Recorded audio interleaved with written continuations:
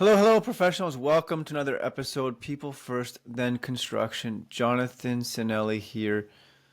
This one's really magical. Kelsey Longmore connects with us, code geek at heart, and more importantly, the reason she's here is the way that we intersected, how our worlds collided. She talks about how her brain broke, the mental car crash that she went through, the PTSD that she dealt with, the symptoms, the things to look for. That she knew it was going to happen. She just didn't know what the heck was going on. The feeling of walking through the life as a zombie.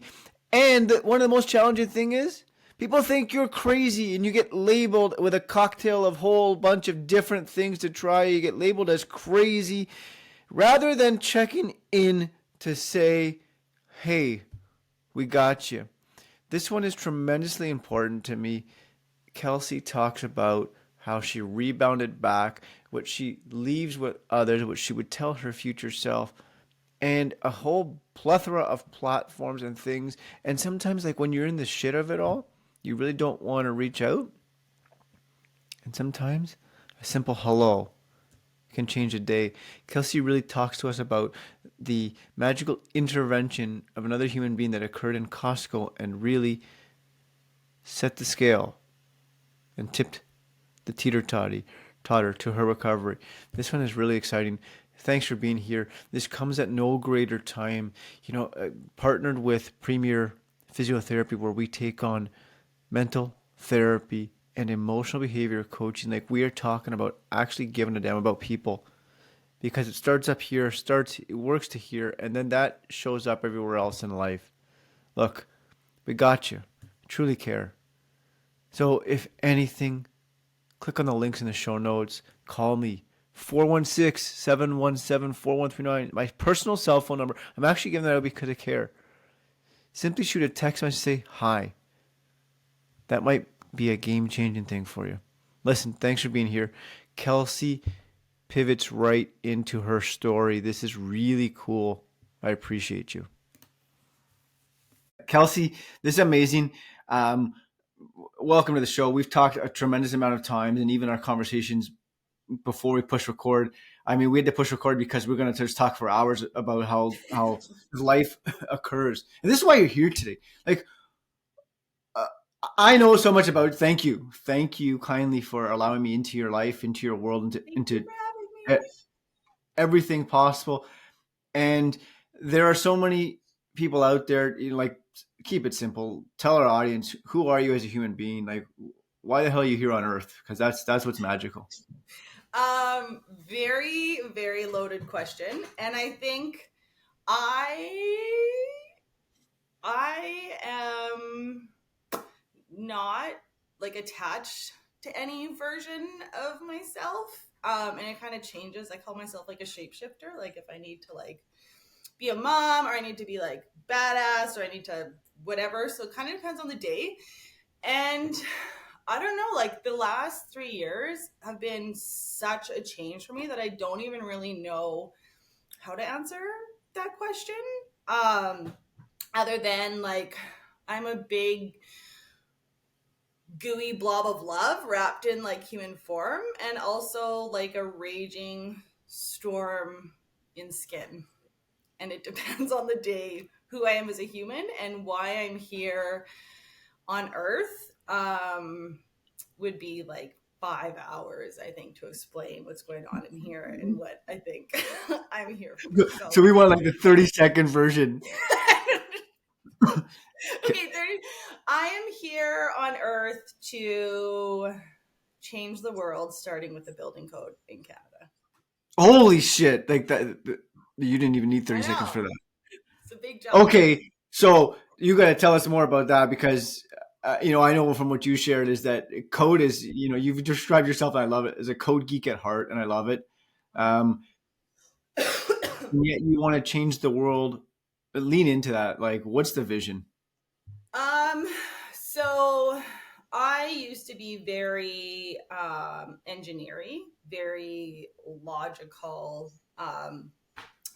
And so the building code, like I loved it. Like I got into it. I was worked for municipality, and then people there hated me because people hate the people who do the permits.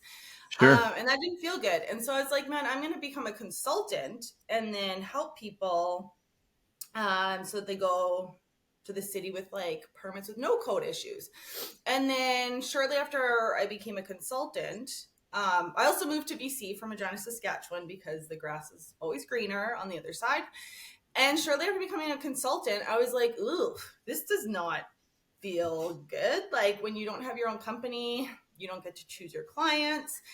And I'm someone who, if I don't align with someone, like I have a hard time separating like this is work from like this is Kelsey. So had a few jobs where the professionals I worked with kind of skirted around requirements because the people at the municipality maybe didn't have capacity to check everything. Anyway, so shortly after becoming a consultant, I was like, well, this isn't for me either.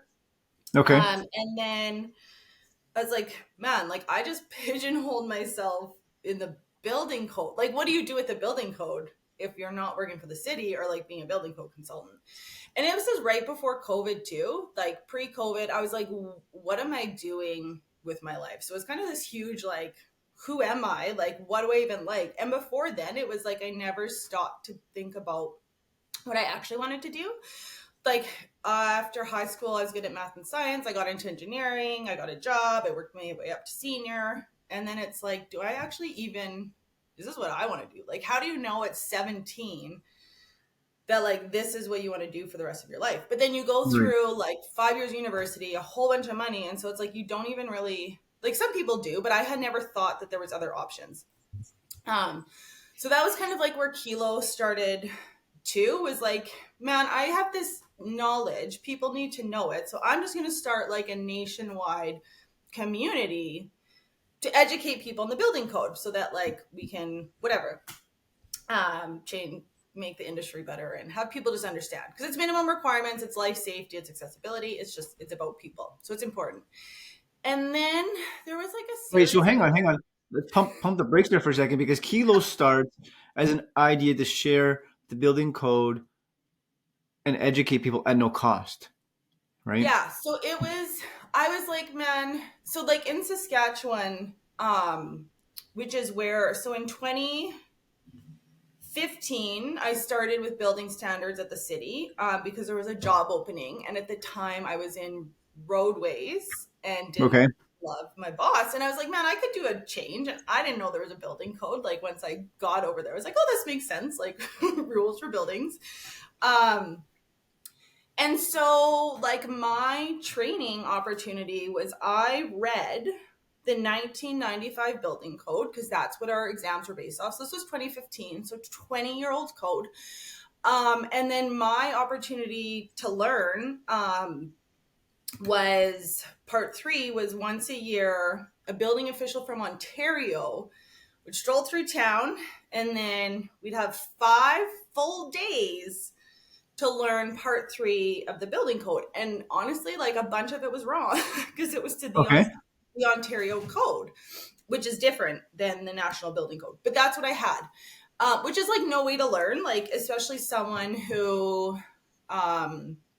sitting still on a desk like is not great for Sure. learning in 5 full days. Like no person can like absorb all that information and it actually be helpful. So that's what I had for education. And then I moved to BC and I took a program through BC. Anyways, it's called the Certified Professional.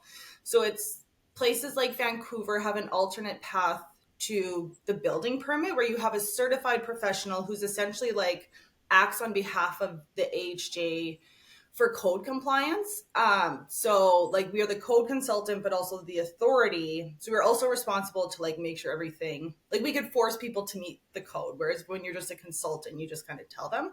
And then it expedites the permit process. And like in Vancouver, a lot of projects go through it because it could reduce it by like a year. Like permit timelines are just crazy long there. So I took this program.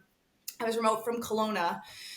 And so it was like I think like 8 days of full code education, but they brought in like niche experts to teach code. And so the thing that like I always use in my example is one guy came, he was an elevator guy, so he knew like the electrical code, the elevator code and the building code as it applied to elevators. And for an hour, he talked to us about elevators and requirements, but he was so pumped up about it that like I was pumped up about it. And I was like, Got it. this is the way people need to learn. And this was before COVID, like it would have been like January 2020. And I was like, this is bullshit. Like, Okay. why do 30 people, maybe 40, I feel like there's only a class of 30 going through this program, get access to this amazing information when we have the freaking internet? Like before COVID, like webinars, like there was some, but it wasn't really a thing. Like online courses weren't a thing. I'm like, this is like actually ridiculous. We have building code requirements, which are law and minimum requirements that are like fire safety, like life safety, accessibility, but there's shit for education, for people to actually understand the code. And I was like, this is absolute bananas. So I'm like, I'm gonna write a blog to teach people the basics. And then I quickly, then talked to my friend Jim Burns in Regina. He's a fire inspector. His last name is Burns, which is like, I just love. Because he knew like the fire code side and also the building code side. So we're like, we're gonna do this together. And then I was like, holy shit, like writing a blog, I don't know if you've tried, but as someone who like talks, like it's very hard to like even get my thoughts through clearly talking, like to sit down and write a blog was like, it took me like a full day for like a short basic one. So I'm like, well, this isn't feasible. Okay. So I set out on a mission to gather people across the country and across industry, because I'm like, there's so many pockets of good things happening, and until we bring them together, like we're not gonna be able to change the industry and educate everybody. So you bring everybody together to one platform. Yeah, to one platform. And so, because to me it's just like intrinsic that like you do things together with people, because that's like way funner, and also you can just make a bigger impact. So yeah, and this was like, at the time some people agreed who like I'd never, like Code Next out of Toronto, they're a smaller firm, but I was like, never met them, didn't even have a website. Beginning of COVID, just like sold my arm flailing on the dream of like uniting the country, and they were just in. Like I never met these people, and then I had some contacts in Saskatchewan and in BC, and so just brought everyone together, built a website, a community blog for like technical education, because there just really isn't anything out there where everything's together. Like if you hunt through like code consultant websites, like there'll be some stuff, or like municipalities, but it's just like, so my vision was just like a central location where it's like, you want to know something about the building code, like we got it, and just like a hub. I don't even know if that was the question you asked. Yeah, that was right. And what that does is you're making something that is so, the intention there was to take something that is so out there, right? I mean, building code is tremendously important. We all got that, except we only, every human being that's in the building industry understands pockets of the building code well, because that's their realm. Yeah. So what you're suggesting is it doesn't need to be that way. Why not create a platform? Completely like democratize all information, because that's how it should be. And to me, like what really drives me, like, yes, the rules are important, Of course.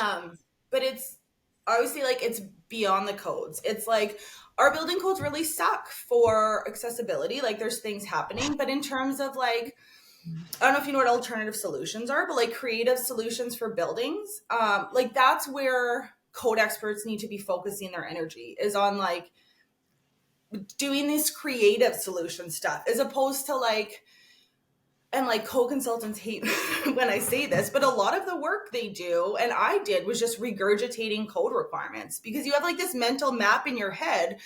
And so it's like, okay, you have like a residential 5-story building this size, here's your classification, blah, blah, blah. And so it's like, you're just really like picking the information from the code and putting it together. And that's, yeah, but as a construction professional, nobody gives a shit, right? Everybody hates that. Like you come in like, Kelsey, shut up. I got the fucking code. I get it, right? You know, you're the code professionals out there. God love them, seriously, because it's not an easy job. Except that it's like you said, you're not. It's not like people embrace you. Like, hey, good to see you. Like, okay, did I meet the code? Yeah.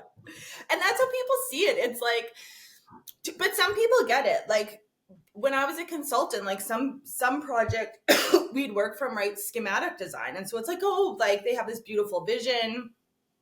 And it's like a code brain can be like, whoa, like you're going to need a fire department access route. Like, you know what I mean? Like we just see things initially that like change the whole, like the vision part, like where the building wants to be, how high it can be, what even can be in there, like if you have to be non-combustible, like these major things that affect projects.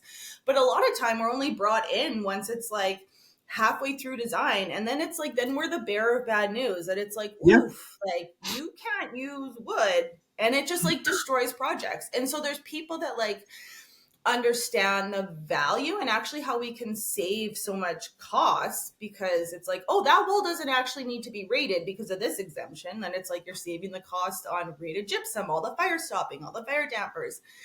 But there's just like this mindset that like, you know, it's like, oh, it's another consultant fee, and like the architect's supposed to do that. But like architects and designers, like they didn't get into building design to like memorize the code. It's because they have like, they want to create beautiful spaces for the most part. Thank you. Right? That's beautiful. That's Yeah. true. And it's like, So Kilo ties everybody together, right? Like Kilo was like, look, and there's so many times where, yeah, and I love it. It's like, I don't know what I don't know until I do. So Kilo provides access to that. It's like, why are we leaning into one code consultant when we can lean into multiple, right? exactly. And to, like I say, it's like, you know, the saying, like, keep your friends close and your enemies closer. It's like, man, bring that building code in and like understand it and like use it to your advantage. Like there's so like, if you understand it and learn to love it, like it's actually super helpful. And it's like, it's a, people are always like, oh, this is what the building code I can't do. But it's like, here's different options, and here's like a way to do an alternative solution. But it's, you know what I mean? It's kind of just like this whole mindset thing of, yeah, the benefits of having a code expert. But Yeah. And this is important. Thank you for pivoting into that, because this is where, you know, we set the context of sort of who you are as a human being, what's going on, you know, in your life, what sort of how your brain is functioning, how you're thinking, how you're looking to give back to the world and make a big difference. And then, you know, I want to pivot because, you know, the reason that you're here today is we're talking about, you know, how brains break, because you've experienced it. I mean, I love that, because you said it to me once, and I was like, I love it. And my brain broke, and I was like, what? And so like no fluffy bullshit. You know, you live a life of you know, you have children and relationships that stick around, relationships that don't stick around, and you know, you've pivoted around, and you use the terminology that my brain broke. Take us yeah. into that, and like this is what we're here for today.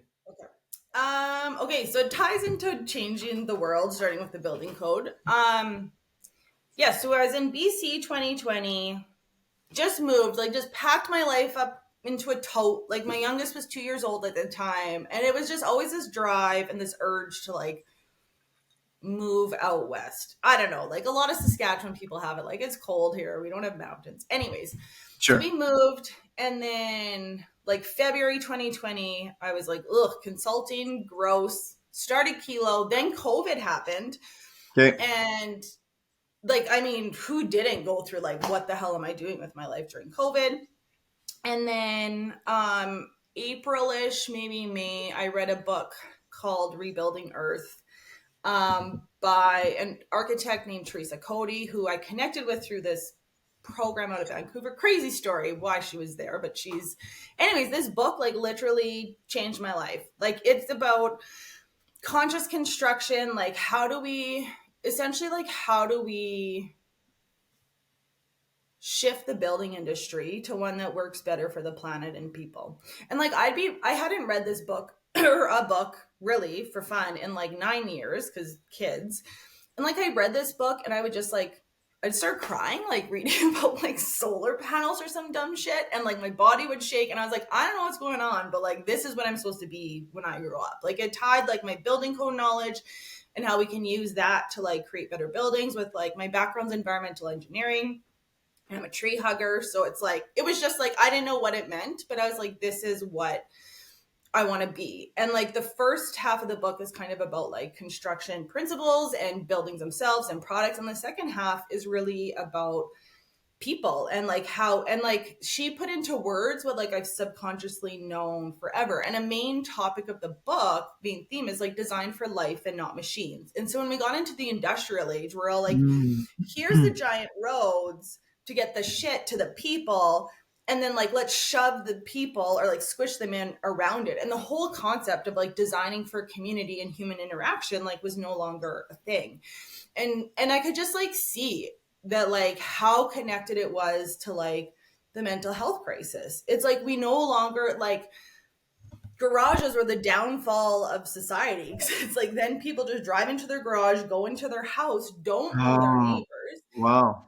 And it's like, and it's like these things that it's like it just like it put into words, just it just made so much sense to me. I was like, holy shit, like as North Americans, like how, and we're still designing communities like this. Like, and she talks about how like we're moving to like autonomous cars and more car sharing and like digitizing stuff, but we're still designing these communities with these huge like it's just, it's crazy. So that was like April, and then blah blah blah blah blah. Then September. So then I was like, I'm also going to do online courses with Kilo. And then this program, I was in West Kelowna, came up through Accelerate Okanagan. It's like a tech incubator thing. And there was this, it was called W Venture. So they brought women-led company across BC together for this program. I was like, well, I have online courses. Like that's kind of tech. So like Mhm. I got into this program. And in this program, like, and I used to think tech was evil. I was like, it's burning out our eyeballs, it's ruining society. Like, I just like had this idea that it was just like leading to the demise of humans. Got it. Yeah. Um, and so I went in this program, and these women were, and like some men build beautiful companies too. But these women were building companies for like purpose. Like, there's some tech companies where it's just like they create problems you don't even have to provide you solutions, and like we buy it. It's crazy. But like these Mm. women, it's like one woman, she was building like this platform because her nana had Alzheimer's, and she just saw how like caretakers and caregivers were just like so drained and they didn't have the support. So she built this platform where like for caregivers of Alzheimer's patient, like specific. So she was like these beautiful things. And I was like, oh my God, tech isn't evil. And then I read this book called Abundance, The Future's Better Than You Think. Because I've also lived a life of like living like of depression because the world just like hurts and crushes a soul. And since I had kids, like I didn't pay attention to the world around me because, you know, when you have a baby, you can't lay in bed for a week crying because a tsunami happened on the other side of the world. So like I stopped paying attention to the world because it was so depressing. So this What is book, that? Hang on. What does that mean? When you stop paying attention, you stop paying attention to the news? Is that what you're oh referring yeah, to? yeah. Like Hmm. my partner at the time, like there'd be a school shooting somewhere and he would be like, "Oh my God, please, Kelsey, don't find out about this." Because it's just like everything like everything just impacted me. And it's like I would just be like heavy. Like I felt freaking heavy all the time. And so I drank all the time. Like I would, yeah, like I drank a lot to cope because, you know, it's, I don't know, same reason lots of people do. Yeah. Okay. But okay.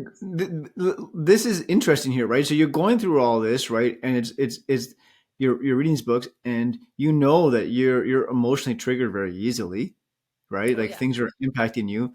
You're going through this, you know, these depressing times as it, and it's this is still through COVID, right? Oh yeah. Yeah. So this is like I was nobody pretty knows what's going isolated on. during COVID though. Like we had moved out January. We were renting on the like on the Okanagan Lake. Like we were renting in a house on the lake. And behind us was like this forest, which right when we moved, they tore down and built a bunch of like townhouses for second retreat homes for people. Anyways, but so COVID, and my oldest was in grade 2, my middle one was in kindergarten. And I'm like, we're not doing online school. Like, go freaking swimming. And so, like, when COVID happened, I went down to halftime. Um, and like, was outside. So, like, COVID was actually like really good. Like, I was very isolated from like the horribleness of COVID, because I worked remotely already. Like I worked remotely for a company out of Victoria already, so I was like set up with that. My partner was a teacher, and they were like, it was super flexible. Like, you know, they shifted quickly in the school, so he taught from home. The kids were around, so it was like, it was pretty good for us. And then yeah, but then I read this book, The Future's Better Than You Think, and it talked about like the amazing things that are actually happening with technology to raise the level of living for like people around the planet. Like talked about like, okay, now they're 3D printing houses in third world countries so that people have a roof over the head, and now they actually can sleep at night because they're not like, you know, being dumped rain all night, and now they have like energy to do the things. And it talked about how like in Africa, farmers now have, and like read the book because these examples might not be like exact, but it talked about like now people have access to cell phones. So it's like even things like ordering grain, or I should know this better because Saskatchewan's all about farming, but it's like just the access to information. And it talks about like one of the most beautiful things it talks about is like, he said like the rising billions, so like the billion people on the planet who like were not connected into the world before through technology. Now they are. And it's like, this is now a billion more people with like great ideas and to the ability to create wonderful things. And now,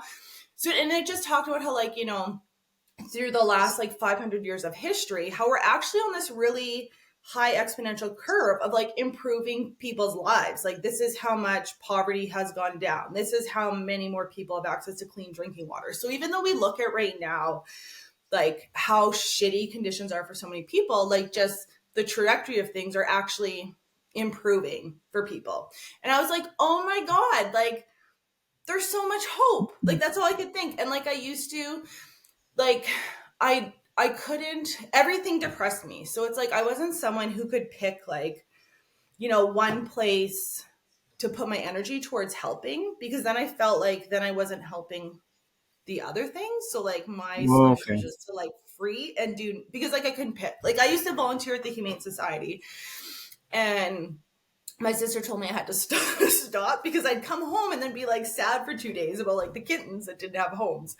But so I read this book, and then so it opened to my mind to the power of technology. I was going through this program with like these beautiful companies, and the only way, and the thing that kind of like triggered the change in my brain, or like my thought patterns, was I was submitting benefits for my partner one day, and on the side there was like this thing like through Blue Cross, whatever. It was like, are you dry curious? And I was like, huh, like kind of, like I know I like drink way too much. And so it was like this cognitive behavioral therapy app. And I did it. It was like 2 weeks later, and I just was like, fuck, I don't need to drink anymore. And I still drink socially. But it was just like that, it just like stopped. The habit stopped. And I remember like messaging with like your counselor on there. I was like, no, I'm cured. He's like, okay, I recommend you stick with the program because blah, blah, blah. And like at that point, the only way, like it was a spiritual experience. If people aren't comfortable with spiritual, like I say, it was like a creative epiphany. But it was Sure. like after that, um, like everything changed. My mind like literally opened up to like possibilities. I saw connections in everything. Like I'd like wake up at like 3 a.m. with like these ideas, like in just like one of those, you know, those movies where people are just like scribbling on the board. Like this was my life. Like things would come through, and I'd like be like making a mind map of connecting all these things. Like, and I was like, holy shit, I know how to end homelessness starting with the building code. And like I couldn't communicate it to people. But during this time, it's like so many ideas came in. And to me, it makes, like at the time, it was just like the only way you can explain it is I had like 10,000 different PowerPoint slides, but they were all out of order. And so Okay. it's like when I would try to explain to people like how the building code is going to end homelessness, like people were just like, holy shit, like you are nuts, lady. Like, and the amount of people who were like, Kelsey, I'm a little concerned, like through this program, they're like, you need to focus on one thing, like blah, blah, blah. And I was like, don't tell me what to do. Like, I know this is possible. And so this all happened. Then November 2020, I quit my consulting job because what does one do when they believe that, like, they're supposed to be changing the world? So I quit my job to pursue Kilo because I'm like, there's so much opportunity for, like, to make it a sustainable company with online courses. So I built a course for part 3, which took me like 2 months to put together because I love to teach and talk about building codes, but like putting information on a slide and like making that look nice, it was like super challenging. So I did that, finished it in like January 2021. And then did 2 weeks of, not even 2 weeks, 1 week of cold calls to like architects being like, hey, I created this thing. And at the time, like, Kilo Lima was only around 6 months. It sounds like a made up name. Like, it sounds like spam. Like, if you get an email from Kilo Lima, you're like, what? Like, this is clearly spam. And so we didn't have like the trust or credibility of the industry because we were just like this teeny tiny little community at the time. So it got nowhere. So I was like, holy shit. Like, I just quit my job as an engineer, and like this, like, I can't live off hopes and dreams, which I like, was convinced I could. At the time too, like, we were in Kelowna. We went to go renew our lease for a year because we were renting. So that was like right after I'd quit my job. And they're like, oh, we're actually selling the place, because that's when, like, after COVID, prices skyrocketed. And I was like, oh, well, that's shitty because like I can't get like a mortgage at all because to buy somewhere, because I don't have a job, or a real job, as people call it. And so there was that. And then, so we're in West Kelowna with like no family. We hadn't built like a support network because it was COVID. The rental was selling, and then we were looking at rentals, and like shit went so crazy there. Like, there was barely anything available. We have 3 kids. So like I was looking at like 3 bedrooms, and like the cheapest one I could find was like $4,000 a month. And I'm like, well, this is not feasible. And so it was like all these different pieces that I was like, oh my God, what have I done? And then, so I was like, January, February. So trying to figure out all these things, all these ideas in my brain. My dad also has a history of severe mental illness, and I've had this fear my entire life of going quote unquote crazy and losing my family. So that's just been like this anyway, so I got to the point where I like convinced myself everything I thought was actually insane and that I was crazy. And then the anxiety spiral started, that like my brain, it was just like it broke. So it was like, I remember, like I can remember where I was like, there's something super wrong. And we were at the pet store because the fish tank we needed new filters for the fish tank or something. So we were there, and I was in the aisle, and I was looking at like these fish tank filters, and they didn't have the right size to match the filter. So I was kind of like on my phone looking them online and couldn't really find anything. And I was like, okay, do I just buy a whole new like filter, like the part that the cartridges go in, or do I try to like get cartridges online? And I was standing there, and like the thought of that was so incredibly overwhelming. Like, I could not even process what the answer to that question was. Like, I just stood there and I was like, holy fuck, like, what is going on? And so there was that. And then another like specific memory I have is it was like a day my little one was out of daycare. Like, I kept her home with me Fridays, and we went for like this walk by the lake, and there was all these duckies, and she was loving it. And like I watched her, and like just in her like sweetness of like being like a 2.5-year-old, or at that point 3. And I just remember like not feeling anything. Like, I was just like completely, like, there was nothing there. And I was like, this is like not right. And then it was, my brain broke is the only way I can explain it. It was unable to process things. Like, when it first happened, like, I was so like the anxiety, I spiraled down thinking I was crazy. I was going to end up on the street.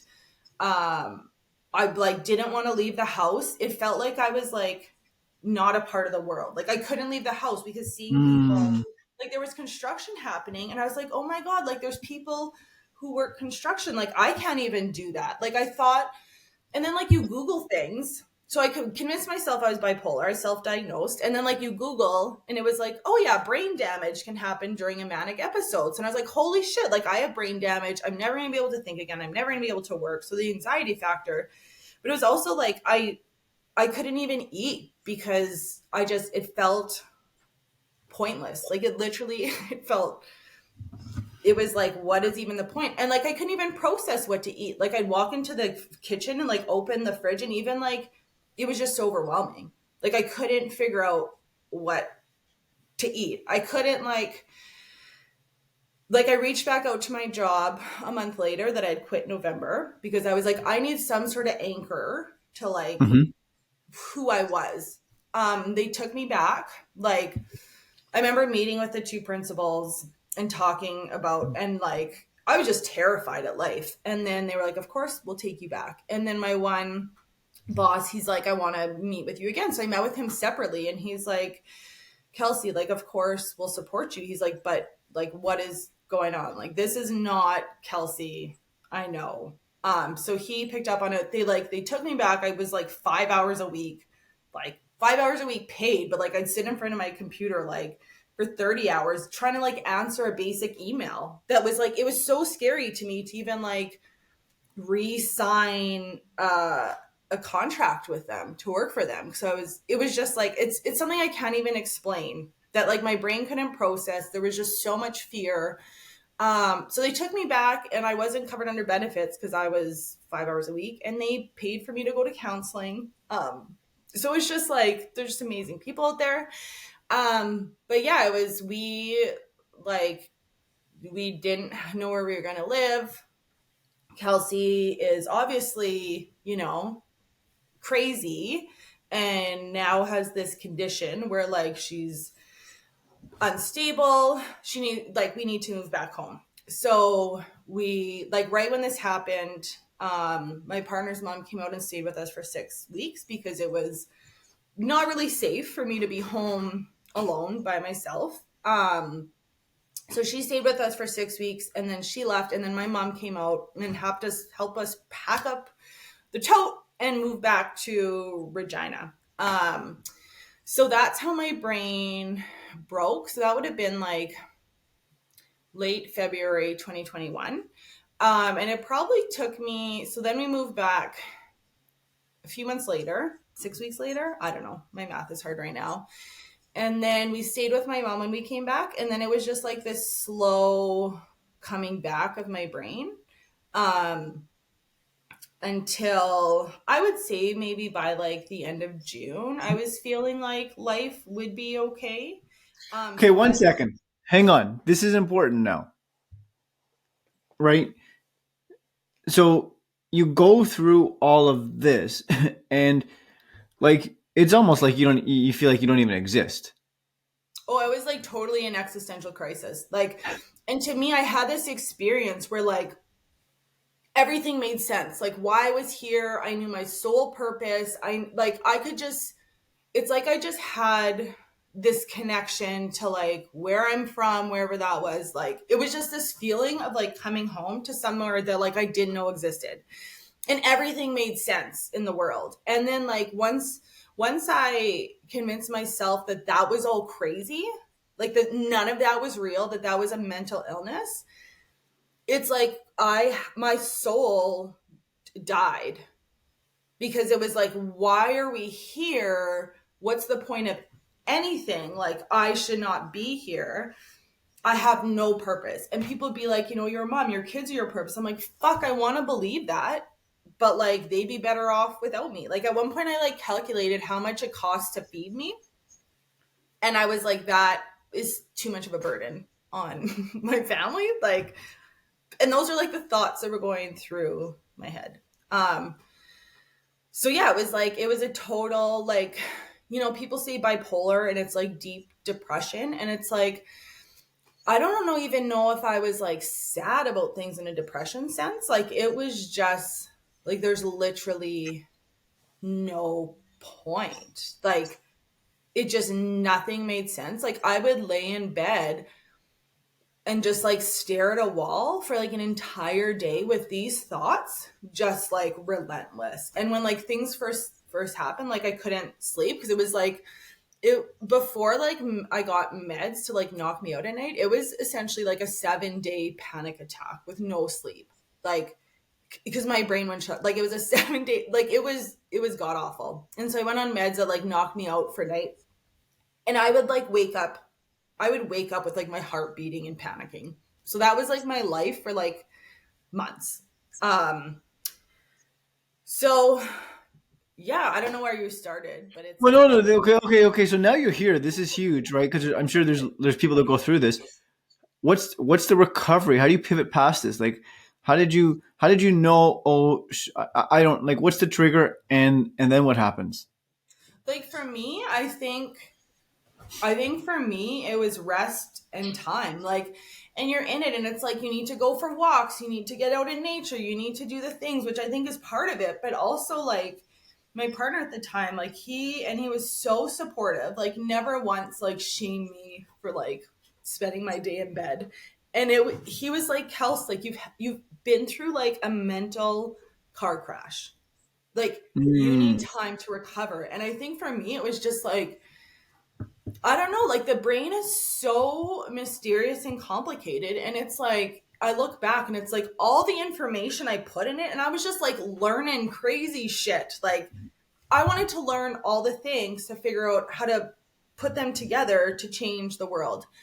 And so it's like, for me, I think a huge part of it was time. It was having like the support to actually have the time. Like so many people, like if I didn't have the family I do and my brain broke and I convinced myself I was crazy, like I would be that person on the street um who just like sits there because there's no other thing to do. Like that would have been me. And so it was like the time, the recovery, just like the positive support I had, and just like slowly doing things where I was like, oh, I can think. Like I can, like when my brain broke, I was like, oh my God, I can't even take care of my kids. Like who am I if I can't even? And so it's like just doing small things that I was like rebuilding kind of my confidence in just being like a general human. Um, mm. and then so like the first time it happened, it was just kind of like a slow coming back, I think, to like remembering that I can do things and that I like can take care of my family. So yeah, so the first one I say was like a slow thing with time and support and like obviously counseling, talking with people with similar experiences. I don't even know if I had that my first time actually recovering. Um, yeah, so I don't know. That was my first. The first time was different than the second time. So Okay, so what happens next? So now you recover. It was like June. I jumped in the story. There was like June, July, whatever it is you recover, but this cycle goes on and it occurs again. yeah, so that would have been like June, July 2021.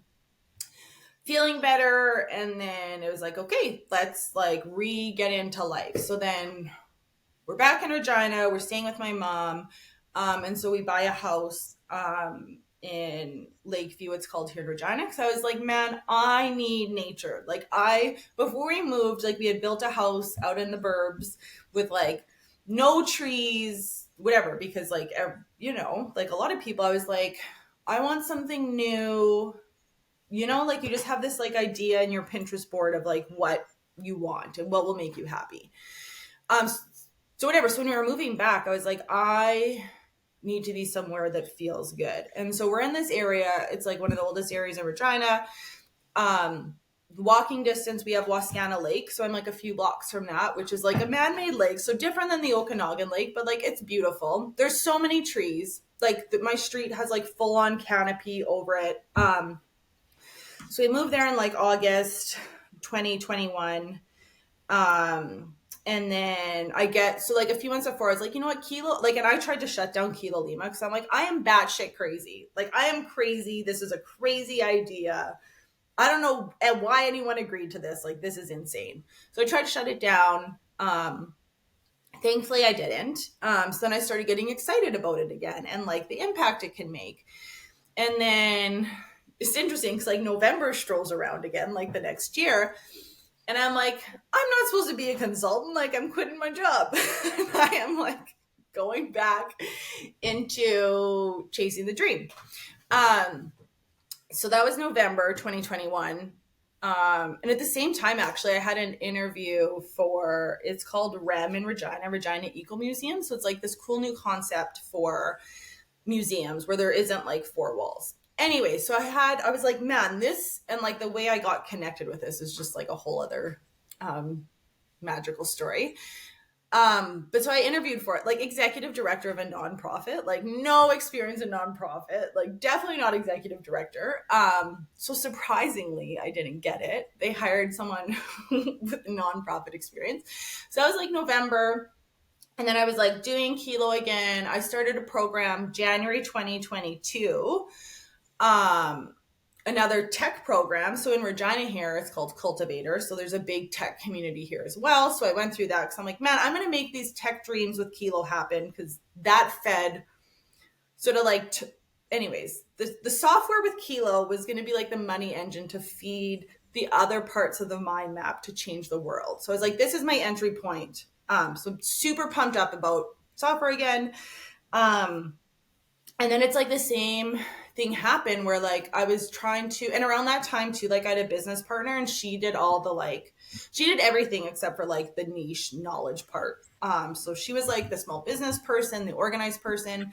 And we loved each other dearly, but I was at that point, like not someone who could be corralled into like focusing on one thing. Like I was all over the place. So that didn't work out. So then I was like, okay, now I have to like learn how to like, I don't know, do taxes, like not even taxes, like basic, like put and expenses in a spreadsheet. So it's like even learning those things was like I didn't have brain capacity for it. Like so like for so many people it's like that's simple. Like just sit down and do it. But when you have these brain blockages of like no capacity to learn something, like it's not simple.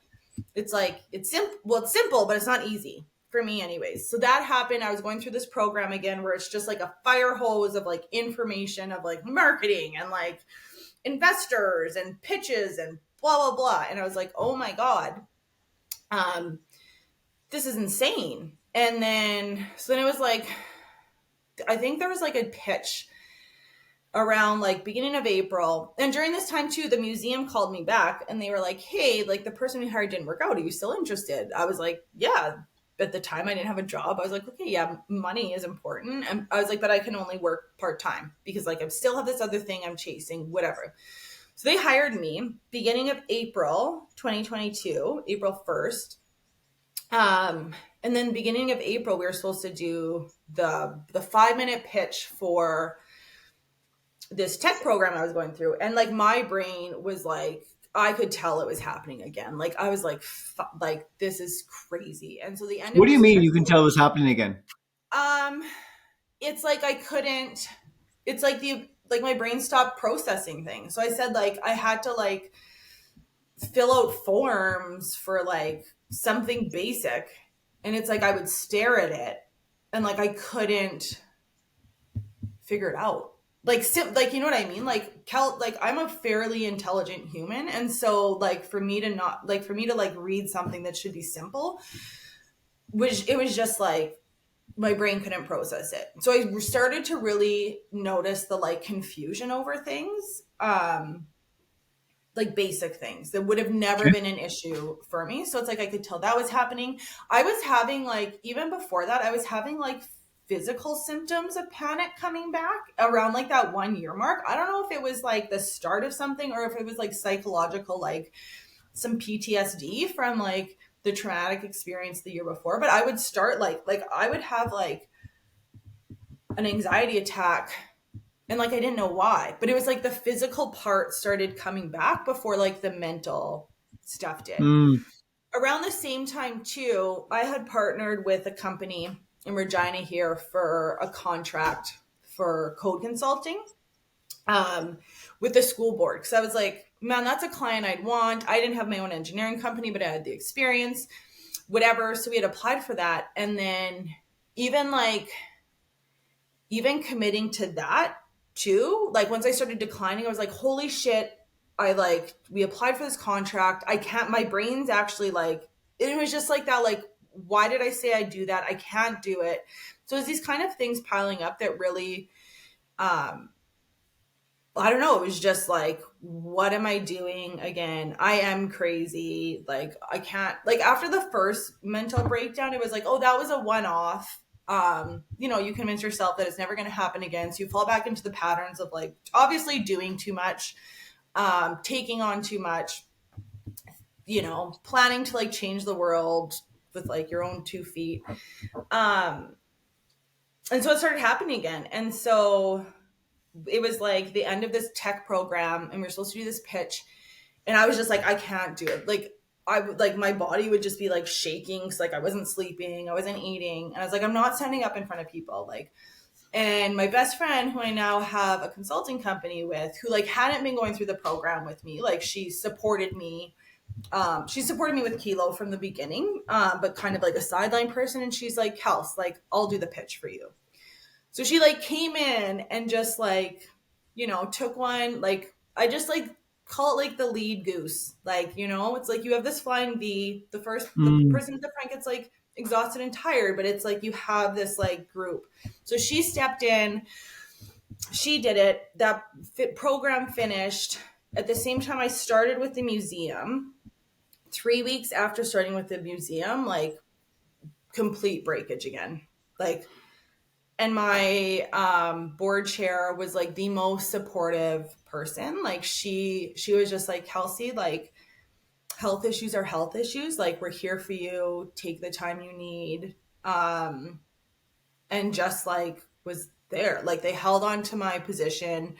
um and so that would have been like April.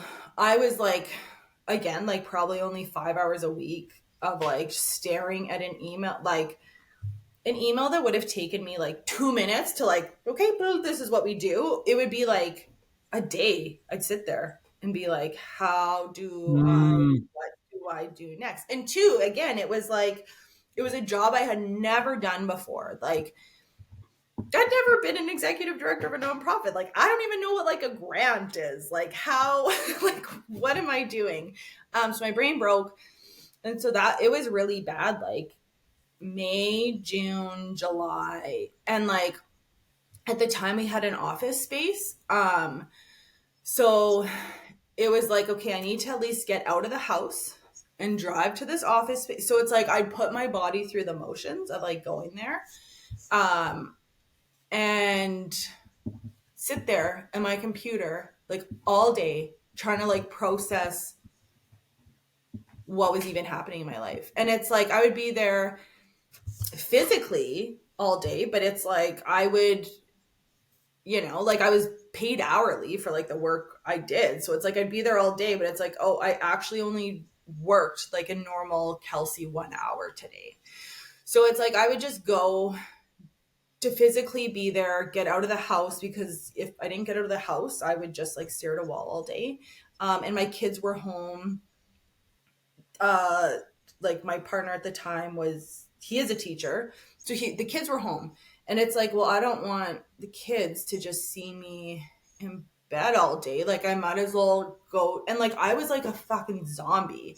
And it's like my oldest, like he definitely knew, like he would come in and just kind of like sit with me in bed and like read. Like the younger two, I think were probably too young to really like notice what was going on.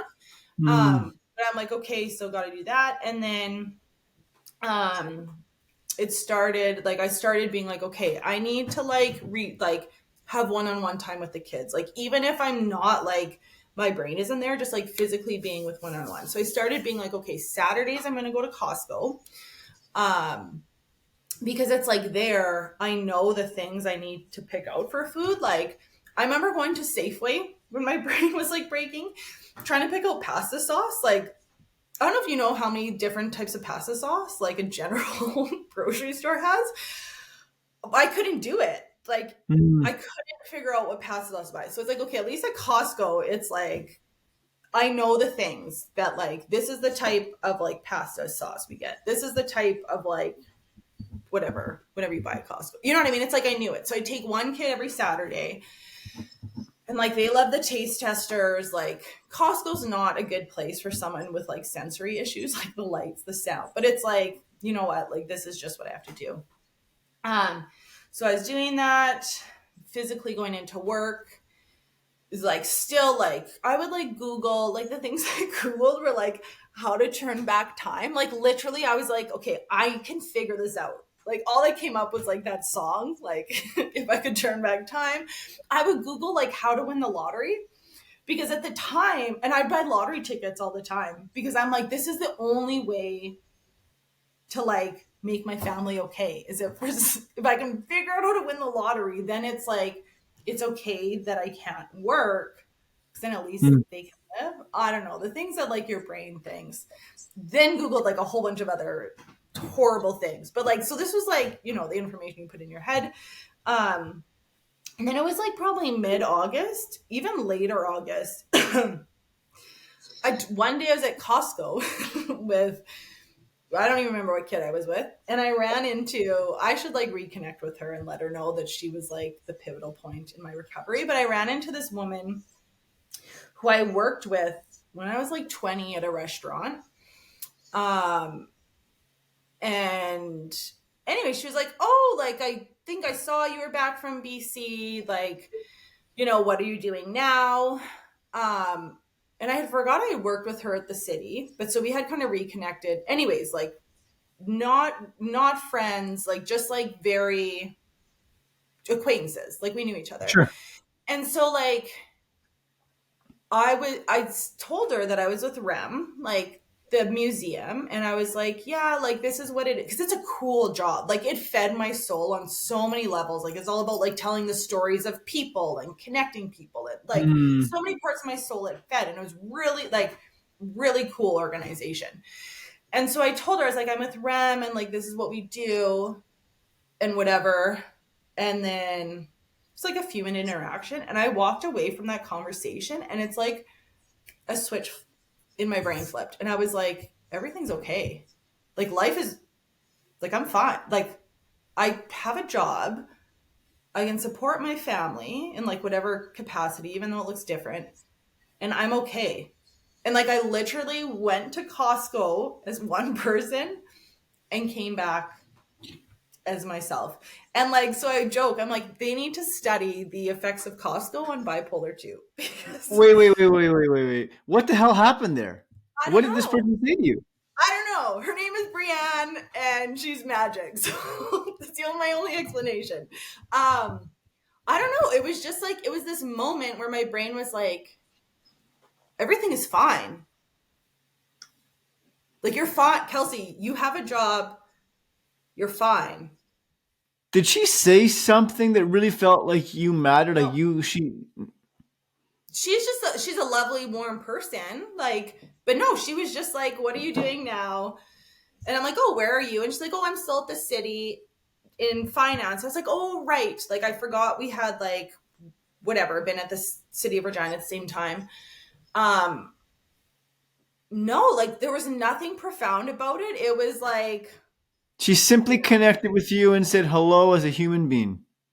yeah. And just like, you know, I was just like, this is what I'm doing. And just like, I don't even know. Like, I don't even know if there's a way to explain it. And like, um, yeah, it's like, I don't know. People think with like mental health and mental illness, like there's many parts of it, but it's like, you know, when my crash first happened, it's like they put you on like this cocktail of drugs and like try different things, and Mm. it's like, oh, you're not better, so we're gonna like chuck this one on and move this up and down, and like which just like completely fucks with your brain chemistry too. And it's like, I know like for certain people, and like I'm not saying for me that's not a part of it, like definitely probably plays a part in my recovery, but I'm like, does meds like work like that? Like do meds just like all of a sudden flip a switch? I don't know. Probably not. So I have like whatever, like, but it's like that's how we look at mental illness, is that there's like something intrinsically wrong with your brain. And it's like, is there, or is like, are we just super complex beings where like we have these experiences we don't know how to understand as humans? And so it's like, we need to put this in a box and label it as like something wrong with your brain, because that's not normal. It's not normal for you to think you can change the world. Like if you look at the symptoms of like bipolar, it's like, thinking you can do things that aren't actually practical. It's like, well, what the fuck is practical? Like Yeah. the Yeah. person who thought of the internet, like before the internet was a thing, like what do you think people thought about them? Like Yeah, were clearly they they considered bipolar because they came up with something that just changed the world forever? They're considered bipolar now. I love that that. is, Like, it's not and like normal. We label people and say you're fucked up. What, really? I know.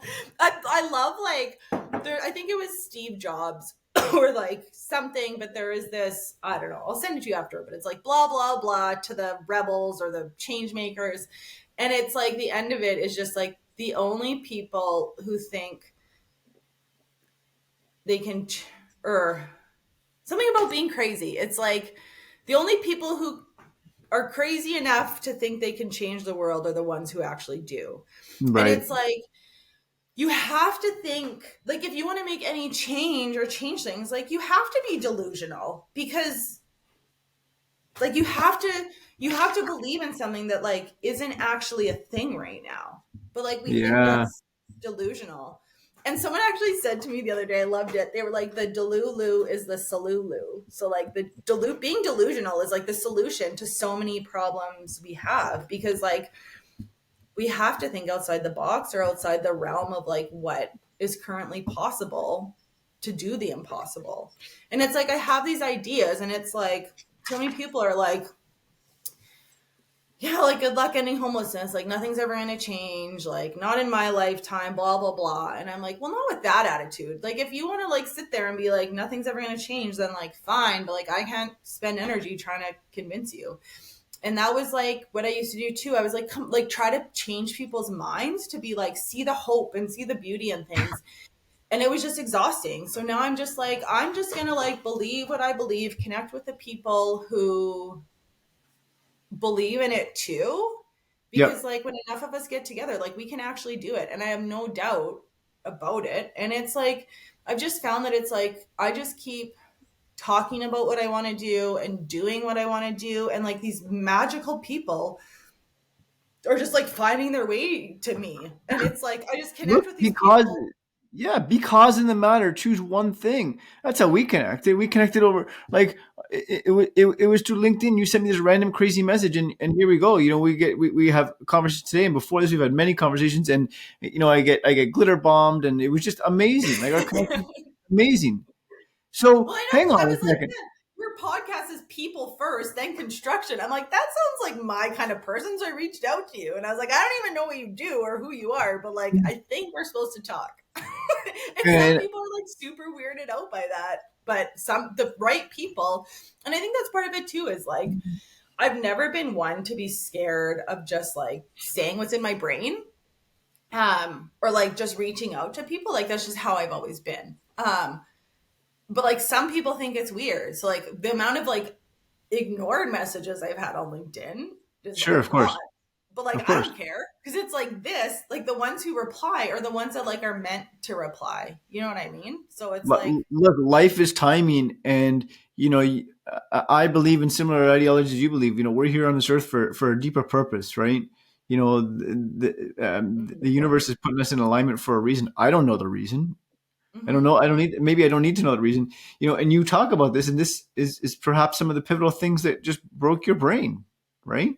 So Yeah, I hang on, think like what? Hang on, I want to finish. Thank you for, but I want to finish the story. You walk out of Costco. What happens next? I don't know. I went back to my like I had like that cool museum job where like just lit my soul up. So then I was like, instead of being like 5 hours a week, like I went to my 25 hours a week, which like initially agreed to being part-time. I had like, I worked my colleague there, like she was like I'm like a dreamer and like a visionary, and she was like the executor. So I would like have these ideas, not knowing what it could look like in like a tangible sense. And she's just like this beautiful, creative, wonderful person. With like background in art history and like new museum stuff, where I was like, you know what I mean? Nothing that I knew. And like, we were just like this badass team, like doing really cool things, like building an organization from the ground up, like developing programming. Like I was like, writing letters is important. So I started like a pen pal program between like seniors and schools, which like it turns out a lot of seniors don't even want pen pals. So like I'd go and present. Like I remember this one presentation, I do a presentation on the life and death of letter writing. And so it's like I'd bring like artifacts from the museum. We had like a letter from like 1890 or like cool shit. And so I tell like, after, the whatever, then we had like Morse code and then like typewriting and blah, blah. So we go through like the history of it to tie to the museum. And I remember this one, I had this group of like ladies at the senior home who were just like a hoot. Like they were just like loving, like so much good conversation during it. The one woman actually, interesting, she's like, I don't need a pen pal. Like I write every week still for like the Wolseley newsletter or something. This woman was like, I think she actually turned 100 shortly after I met her. So she's still writing newsletters. And then so she's an author. I went and looked her book. Her one book was called Inside the Mental. So she's bipolar diagnosed as well. So this book, anyways, crazy shit. But they were like, oh no, like you must have misunderstood. Like we don't actually want pen pals. And I was like, what the hell, you guys? Like, and tried to convince them how important it was for the next generation and blah. They weren't having it. So eventually, like I just had to like swap school letters. But it was awesome. Like I present to these kids and be like, who's ever received something in the mail? And like some would put up their hands, some not. And so the ones that did, I was like, how did you feel when you got something in the mail? And they were just like, oh, it was awesome, blah, blah, blah. And I was like, part of that is that like your soul recognizes someone slowed down enough and took the time to think about you and was like, and send you something. I was like, now we just like rifle off emails, send texts. I'm like, we even just like communicate by emoji now. I'm like, you can send something to someone, like put your thought into a text, and it's like you get like smiley face back. And it's like, did they even give a shit? Did they not? So anyway, so trying to like help kids remember, or like not even remember, like learn, because a lot of them, like that's never been a part of their life. Like they've grown up with technology, like they don't know the joy of like, Getting a letter. exchanging. No, like I used to write like the notes we wrote in school as a kid, because like can't text each other. So you like write these notes, you like pass them in class. Housing Like back. Yeah, yeah, yeah. that was the joy of things. So I was doing this program, I was presenting to school. So it's like I was doing work that like relit my soul up. And I was actually like, and I was like, part of it was connecting with community groups too, and like arts and culture groups to like tell their story. And that was never part of my life. Like I grew up, I had a single mom, there was 4 of us, like we did our sports, and like, so that arts and culture group, it was just never a part of my upbringing. So I was like a kid in the candy store, like, because I get to like talk with all these community groups, these people doing these awesome things. So it was like, and then I like got back into Kilo too, and like started trying to build it again and yada yada yada. So then that was up until like this May, and then not working there with the museum anymore at the end of May, but started this consulting business with my friend to kind of like slowly grow that, and then putting a shit ton of energy back into Kilo. After summer, I spent a lot of time this summer just like, recovering. I moved out of my house in this April too. So it's like this year has been like a total shit show. Yeah, I don't know. Do you ever get discouraged? Like you've gone through this. What keeps you grounded? How do you not? Tell us about that. Crazy.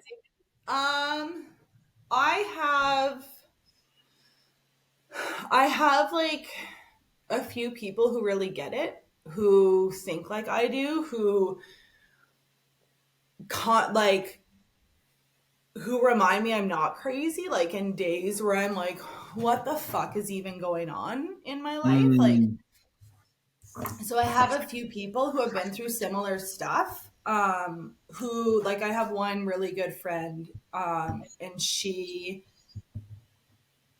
just, like, her brain's very similar to mine. Both of us could easily be called crazy by greater society. And so, like, I have her, and I have these really key people in my life who are like different parts of me when I kind of need that like reassurance that everything's okay. So, like, in terms of like me not being crazy, the definition of crazy, like, I have my one friend. And then in terms of like what I'm building and growing and like my value, because it's like it's a really hard thing to move away from, like, our world sees a lot of value from people and what they produce. So it's like I was an engineer, like I got paid for like billable hours producing reports, like blah blah blah. Whereas now as I move towards like Kilo and being a community builder and like more my ideas being where my value comes from, but there's nothing like tangible to that for people to really see the value in. yeah. Um a lot of it, it's like, go get a real job. And it's like, this is a fucking job. Like, even though it's not paying me money right now, like, this is what's important in organizations who make big impact. But like, you can't, and it's like, I used to try to explain that to people, and then it was exhausting too. And then it was like, I just felt like, then I'm just like, is there value in this? Like, what am I even Of doing? course. So then I have another friend who just like, she knows the right thing to say. She knows, because she's similar too. She knows the value of like the macro thinking, the strategic side, being able to see things.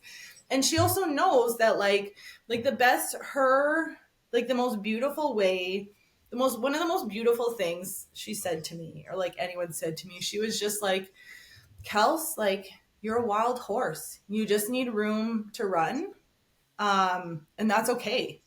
Like, she just sees me for like the beautiful parts of me and doesn't like shame me for the parts that I can't get done. So it's like, fuck, like I didn't reply to that email because either it slipped my mind or I opened my inbox and there was like 10 and I got overwhelmed, so I closed it. Where it's like so many people are Mm, just like, just fucking do the thing. right. Um, so I have her, like, I just have these key people who is just like, when I can't, like when I get discouraged or I'm like shitting on myself or questioning like what I'm even doing, like I have like a few people who are just like, get it and are just like my constant cheerleaders and just like say the thing that like re-sparks my spark. And um do I get discouraged? Like, absolutely. Like, but it's like I don't get stuck in it anymore. I'm not like, I don't go down that like anxiety rabbit hole of like, I am insane. And at this point, like with Kilo Lima, it's like there's enough people involved now and excited at the opportunity, especially with software and like what we're building there and the vision there, that it's like I can no longer convince myself that it's a crazy idea. Because if I'm crazy and it's crazy, like there's a shit ton of people that are also crazy. And so it's like Oh, I've that's gotten to huge. a point where like with Kilo, where it's like enough people can see the vision. And I mean, like I could have got there like 3 years ago if I tried to like put it on paper to coherently explain it to people. Um, but I never did, because at the same time too, and it's like it's timing. Like I think I was supposed to go through both those crashes because I walked away with like huge life lessons from those as well. That like if at the time, Kilo made sense to people and it was like, this trajectory of like going where I thought it would go right away, like I personally wouldn't have been ready. Like I've had to, like, I still struggle with like this next 2 weeks. I'm like, I have to like market my courses because now like I need to financially make it work. And I have this product that's super useful for people. So it's building code education and I teach it in like a fun way. Like I make the building code fun. Um, and that's like what I can have as a source of income. So it's like I need to focus on that. And I've done so much work the last 3 years of like, it's like people don't understand like the relationship with money. and like limiting beliefs behind that unless you have Mm, them. So it's like I have this thing, but it's like to be like, hey, pay me for my smartness and how great this is. Like a lot of people have a lot of blocks.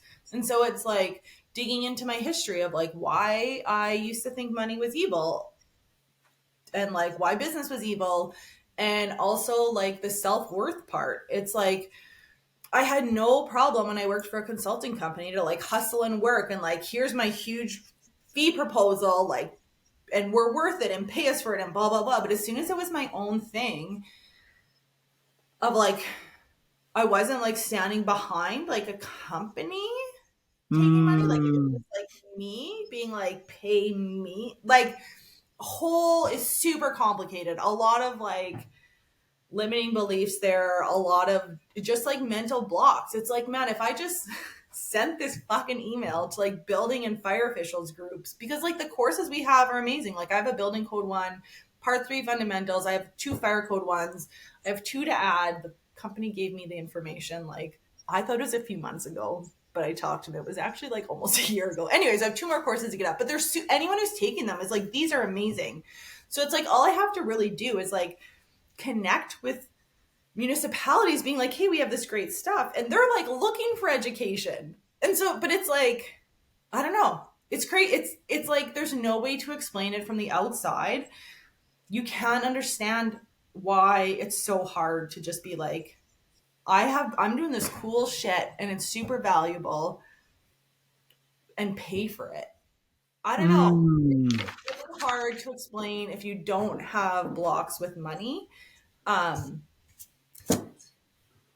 I don't know. It's weird. I got it all. That's huge. Like you But like talk once about. you recognize what it is, it's like you can start like digging into like the why. Like why am I like this? Like why, what's blocking me? And starting to like with like personal growth and whatever, people are like, "Oh, you got to do the work." And it's like, "Well, what the fuck does that even mean?" Like I read the book, I know what I'm supposed to do. Like what is the work? And for me, it's like taking the time to process like why I have these, digging back into like my past of like what's happened that I think this way. And like to me, that's doing the work. But for most of the world that works full time and gets home from work and then has to process work because they've been in meetings all day and they don't have actually time to like process work other than when they're home with their kids or at like their extracurriculars, you can't get to the point where you process like your human feelings. So we have these Mm, people who like if they just had fucking time to like be with themselves internally and like dig into these things, it's like, man, what, like how far could our world get if like people had the time and the opportunity to like heal their souls to a point where like they can make huge change.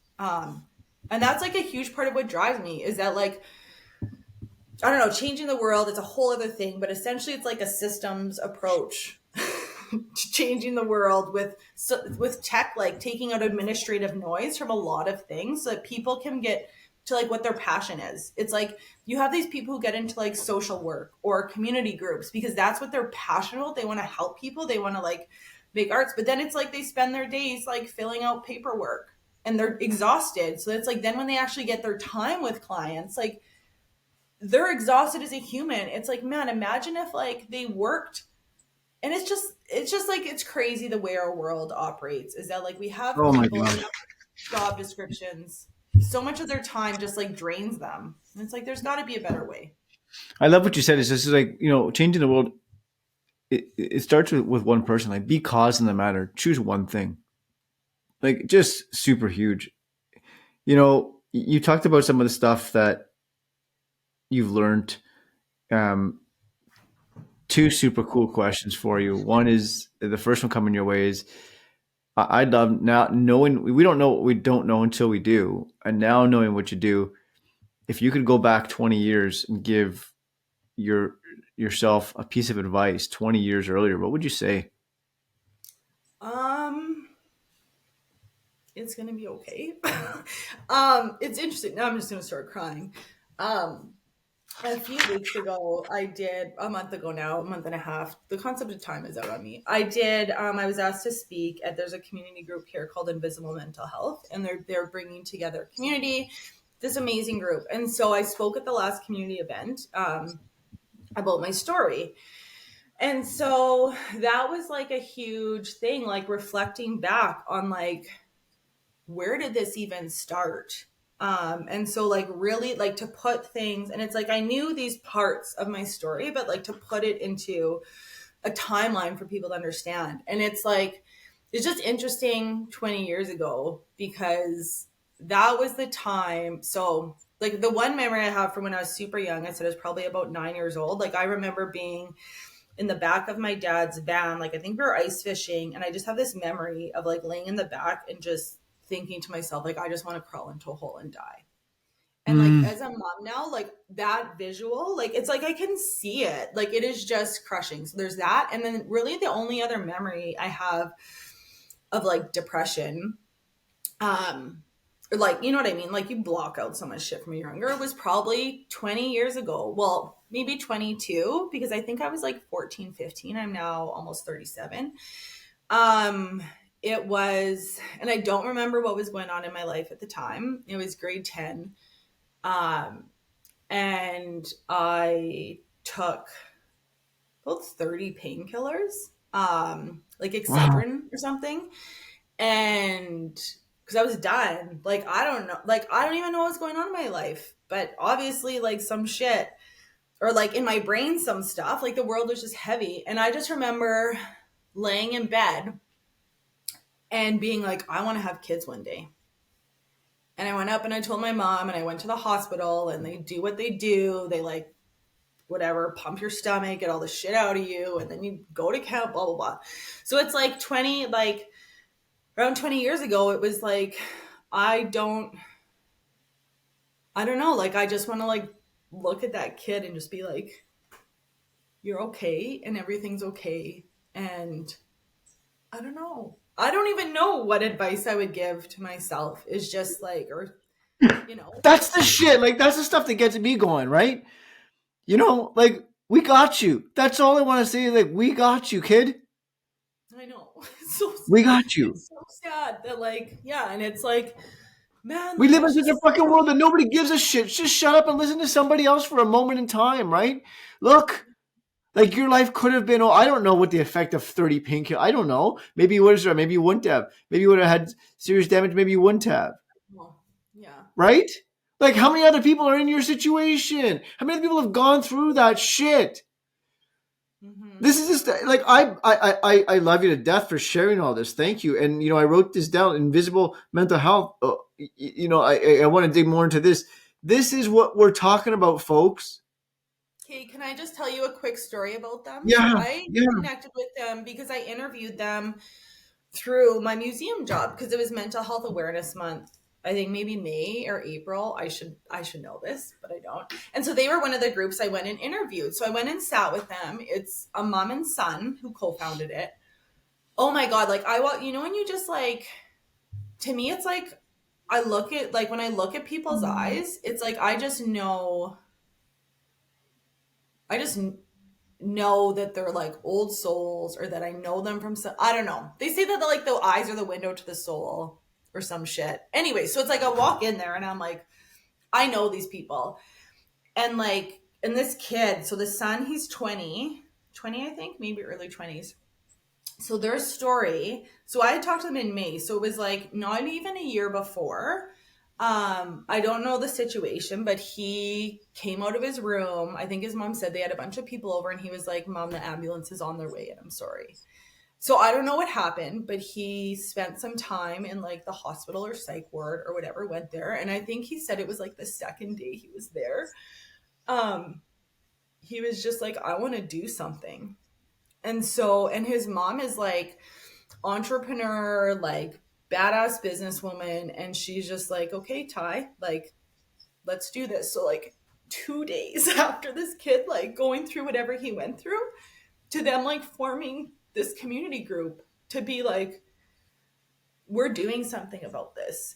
And like, so I spoke at their third community event. So I think they've had them like every 4 months or anyway, since they started, they're trying to like, it's growing. So like try to do more, but it's like, they bring so many people together. It's like the people sharing the stories, the people listening, but she's like very connected business wise. So they kind of have like a market of like groups who like make things for like mental health. So it's like bringing all these people together and like this space, because then it's like there are things like we see you, because like when you're struggling, like so many people are like, 1 in 4 people struggle with mental health, like you're not alone, but it's like I am fucking alone, like unless you're in a Right. room with people who like see you and care about you and are like there for the same reason. Like you can tell me statistics as much as you want, and like it does not make me feel more No, this is like the bullshit that drives me crazy. Like, oh, all we're doing is fucking talking about mental. What the hell are we doing to be causing the matter to make a difference? This is what I'm saying. Like, this is what,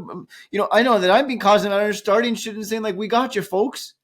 yeah. We've And got it's like, alliance. We've got, listen, I care. I want to listen. That's yeah. the thing. And he's like, oh, 1 in 4 suffer. Yeah. And then what? It just becomes a statistic. Well, now 1 in 4 died because nobody gave a fuck. I know.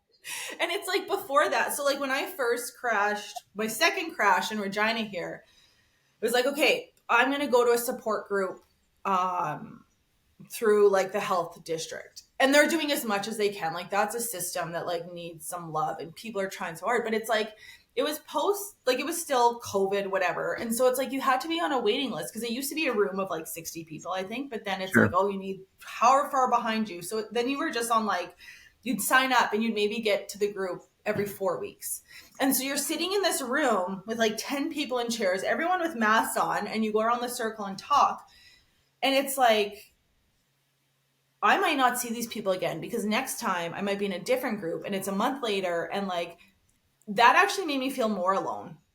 Like being Mm, in that group, and I was like, this is how much like the world cares about me. Like it was fucked up. So that made me feel more alone. Whereas being in this like, and it's like talking at this event, and like the way I talk and write is like a lot of people, like once I had someone in a meeting be like, what are we doing here? Like, I feel like I'm in like a Christopher Nolan movie right now. I was like, I don't know what we're doing here. Like, I don't know what I'm doing most days. But so that's how like I kind of like wrote my thing. I was gonna say at this was just like, because like a lot of people might think it's batshit crazy, like my story or like my ways to like ground. Like I have these teeny tiny jars, and anyways, that's a whole other story of like the things I do to like try to make sense of my problems. But this woman comes up to me after, like a few people came up to me after and were just like, told me how much it impacted them. But this one woman, she was just like, I saw you, I saw myself in you. And she's like, I mm, was recently diagnosed with bipolar, and like, and I was just like, if I can make that one connection and like help one person feel that things are okay, then like that was worth it. It was worth the 2 weeks of me like spending all day, every day, like trying to put this thing together in a way that made sense to people, of like digging into old shit, which is like really hard to do. Like it's not just like, oh yeah, that happened, type it up. It's like, holy fuck, like it's a lot of energy to like look at your past. So it's like, yeah, that's the kind of group that like we need more of. And like to me, what I've realized recently is that like I'm super comfortable with like sharing the dark and twisty as a way to like help people, like right. when I'm not in it. But I recently realized, which like I did know, is that like when I'm in the dark and twisty, like I tend to like isolate myself because I think it's a Sure. burden on people, which is like something that like I tell people not. You know what I mean? It's like, listen to me, I have this great advice, like, reach out, blah, blah, blah. But then, like, and I think that's typical, like, you don't take your own advice, but it's like, now that I'm aware, I can, like, try to, like, when I'm feeling in a space, is like, work through that. Like, I'm not a burden to people. Like, I would do it for someone else. Um, so, like, I'm worth someone being there for me when I'm like feeling shitty. So My yeah, gosh. Kelsey, thank you. Listen, thank you you. know, I can't believe it's 10:40. listen, last thought is if you can leave the audience out there with one message, what do you want to leave them with? Um,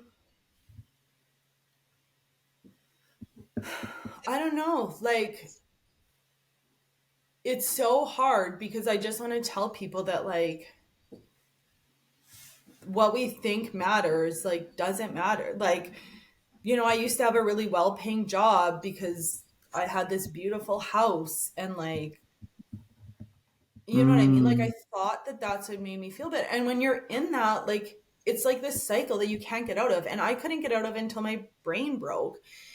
But, like, I have never been happier in, like, a house now that's, like, probably a third of the size of where I was. Like, I don't have the extra money I had to, like, buy the things I wanted, but it's like I'm just so happy because I have the time now. I have this extra time to just, like, be with myself and process things. And so it's like, I don't know. And it's like so many people, it's just not an option. So I guess to leave with people is just that, like, even start taking like 10 minutes a day to be like, am I happy? And, like, if not, why? And just, like, I had COVID happened. I could go down to half time. I really started digging into shit. My brain broke. I couldn't work. So it's like, I was lucky in a way that, like, I was forced to do it by the universe. And I had, like, I had a partner who was able to support me financially so that I could do it. And it's just like, the other piece of advice I'd give is read the book Lost Connections.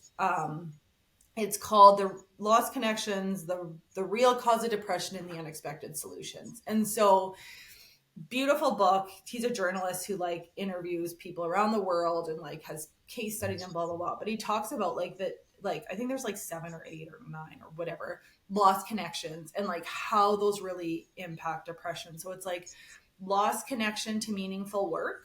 Like, so many people work, like, you spend more of your time at work, and so many people are unfulfilled in their job and, like, don't actually see the purpose in it. And it's like, well, no, fuck, you're depressed. Like, that's how you're spending your day. So lost connection to meaningful work, lost connection to community. Like, COVID just amped that up. But to me, like, I talked about the way, like, our buildings are in our built environment and community. Like, to me, that's what really lights me up because I have the building code knowledge. I'm in the industry.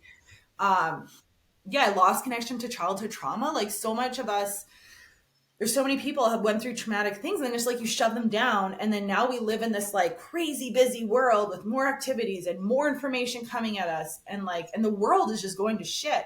And it's like, no one has time to, like, dig into that. And, like, but that, like, there's so many, like, layers that just affect everything we do now from our past. And yeah, so anyways, I'm, like, giving a 30-minute explanation to, like, a simple question, but that book, it just goes through different ways of, like, what can lead to depression. And he talks about how, like, yes, like, some people have chemical imbalances in their brain, blah blah blah, but for a lot of people, it has nothing to do with that. It's the way that we have come as a world. And so this book, it was just like, I don't know. And I read this, and it just gave me so much hope too. Cause it's like, now we have, like, for me, it's like, until I can put things into words or, like, read something, it's like when I read that, it's like my subconscious already knew it. But now, like, reading it helps me understand it, maybe. I don't know. So this book, it just really, it was super powerful for me to be like, maybe that's why I, like, feel shitty all the time. So it goes through these different lost connections and then these beautiful stories of things that are happening around the world. So it was like, I don't know where it was, Europe or something, probably wrong. But it was like, you go to the doctor and he'd give you a prescription for, like, working in the greenhouse, like, 2 hours a day for the week. And the greenhouse was right there. So it was like the support that, like, didn't let people fall through the cracks. Cause now it's like, you go to your doctor for mental health. It's like, oh, you should go talk to these people, but these people don't know you're coming. So it's like, if you don't go, you're just, like, left behind. And when you're in a shitty space and you're depressed, like, Mm. you don't feel worth the help. So it's like, if no one from, like, if this person sends you here, but this person doesn't know you're coming, like, you don't go there a lot of the time because you don't feel worth it. And then the world is like, well, just fucking go there and get your help and get a job and, like, get off drugs. And it's like, until you're in a space, like, unless you've experienced the feeling of like needing alcohol or drugs or whatever, like there's tons of addictions and different ways people cope. Like social media is like escapism at its finest. um until you've been in a space and can really like understand like the pain, it's so it's like you can't understand it. So from an outside, like, and I totally get why there's people who are like, see the person on the street that's like, just fucking get clean and get a job and contribute to society. Because like as humans, like unless you're empathetic or have experienced something, like you can't understand it. And so like I also understand why people are super judgmental, even though I want to be like, fuck off, and like, don't tell someone who's in crisis to just get clean, because that's not the actual problem. That's like how it It's a surfaces. symptom. It's just a symptom Symptom. of the problem. And There's trauma honestly, below that never gets unpacked. We know, yeah, like you know that. I know that. I've learned that. The expressions. The behavior is just an expression of the problem. There's something else there. yes. And to me, like, and I say this to people and they're like, oh yeah, whatever, Kelsey, your rose colored glasses and blah, blah, blah. But it's like, to me, the solution to like everything, like at its core, is just love and connection. Love and Like if connection. we could just show people love and be with them and like show them they're worth it, like, to like, if we just helped people get to that bottom rung of the ladder, which is like them feeling worth it as a human, like most people would climb their way up. Like, yes, we need to support them along the way, but it's like, until people are there and feel that they're like loved or worth it, it's like you're in this space of like, what's the point? And I'm not worth it. And then it's just like this Mhm. constant cycle of like addiction and like sadness. And like it's heartbreaking. But to like, now I have like, it used to depress me all the time. Like I would see someone on the street and be like, and then just be like depressed for the day thinking about it. And now, like, and I think this is what I learned after my last big crash, was that like I now have kind of that emotional barrier where Mm. I don't get depressed by things that are outside of my control right now. Like I'll see people, like the other day outside Safeway, I asked this guy what he liked to eat and he wanted a sandwich. So I bought him a sandwich. And it's like, but I walked away. I wasn't like sad about it. I was just like, I'm working on it, man. Like I have this plan. I have this dream. I'm going to build like this whole system where like we're going to get you the help you need. But like if I become depressed now by everything that's outside of my control, like I'm never going to be able to do the things I dream of doing. Um, That's huge. yeah, I know I started talking about that. Did I answer your question? You did. Thank you. And I can talk to you all day. This is great, and I want to leave you. You have a wealth of knowledge. There's so much that you can share. How do people get in touch with you? What's the best way to connect with you? Um, anyway, LinkedIn. I have a hard time staying on top of email. Like, I have a hard time with anything. And I always say, like, I'm always up to chat. Like, my LinkedIn, the messages there, I check. Kilo Lima, there's like a contact form. My email is kelsey@kilolimaco.com.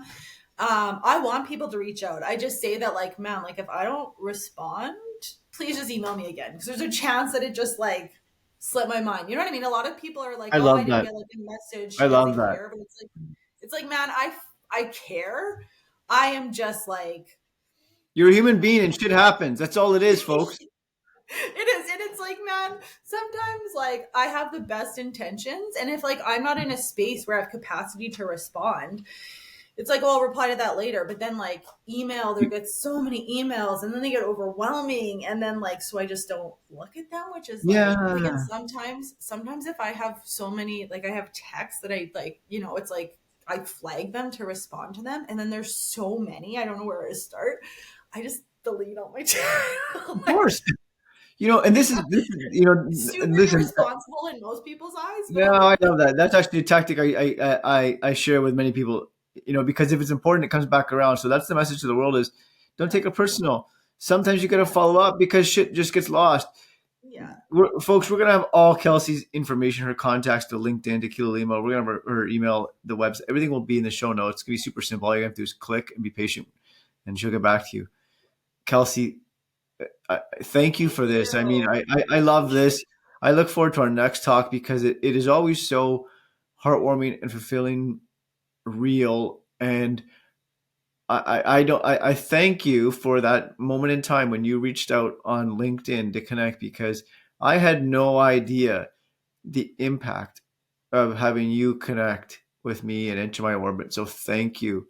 You are Thank up to you. huge things. I, it, just my heart is open. Thank you.